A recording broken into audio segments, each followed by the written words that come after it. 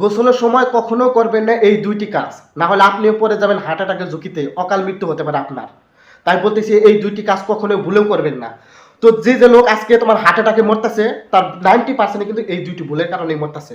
যে জানে না যে গোসল করার সময় কিভাবে গোসল করতে হয়। আমরা অনেকেই গোসল করার সময় অনেকটা ভুল করে ফেলাই, যে কারণে কিন্তু আমাদের আজকে এই দশা চলতেছে।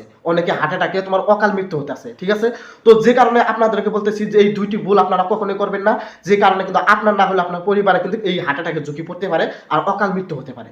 তো এক নাম্বার যে কারণ হয়েছে, আমরা অনেকেই আছি যে শীতের দিনে গোসল করার সময় অতিরিক্ত ঠান্ডা পানিতে আমরা গাও দিই, ঠিক আছে?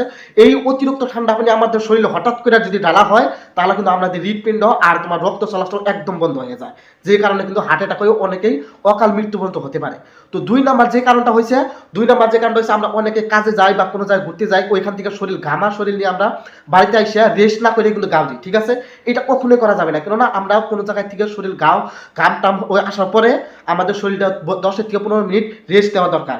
রেস্ট করার পরে কিন্তু আমাদের গাও দেওয়া দরকার, ঠিক আছে? কিন্তু আমরা অনেকে ওইটা না করে কি করি, আইসা অনেকেই ঠান্ডা পানি দিয়ে আমরা মাথায় পানি ঢালি। এটা কখনো করবে না, করলে আপনাদের হৃদপিণ্ড আর রক্ত চলাচল অচানক আমাদের বন্ধ হয়ে যাবে, যে কারণে কিন্তু আমাদের হার্ট অ্যাটাক হয়ে অকাল মৃত্যু হতে পারে, ঠিক আছে?